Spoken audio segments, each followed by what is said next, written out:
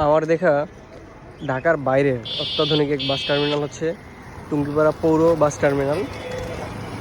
এ হচ্ছে প্রবেশ গেট, আঞ্চলিক প্রবেশ গেট এটা। আর ওইখান থেকে হচ্ছে বাসগুলো আসে, দূরপাল্লার বাসগুলো।